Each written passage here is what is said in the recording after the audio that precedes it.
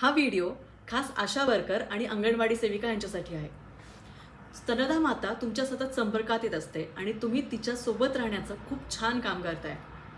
अनेकदा असं वाटतं की बाळाचं वजन नीट वाढत नाहीये, बाळाची वाढ पुरेशी होत नाहीये, बाळ रडरड करतंय आणि आईला असं वाटतं की आपल्याला दूध कमी येतंय. पण अनेकदा ह्याची कारणं ही स्तनपानाची स्थिती नीट नसणं याच्यामुळे असते. अशा वेळेस आईला काही प्रश्न जरूर विचारावेत.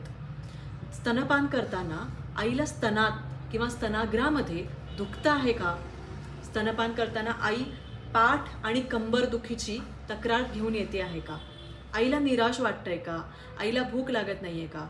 किंवा आईच्या आरोग्याची स्थिती खालावते आहे का? किंवा बाळ पुन्हा पुन्हा पुन्हा दूध मागतंय.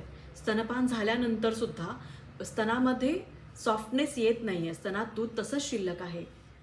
किंवा आईला खूप जास्त दूध येत आहे, खूप वेगाने दूध बाहेर पडत आहे.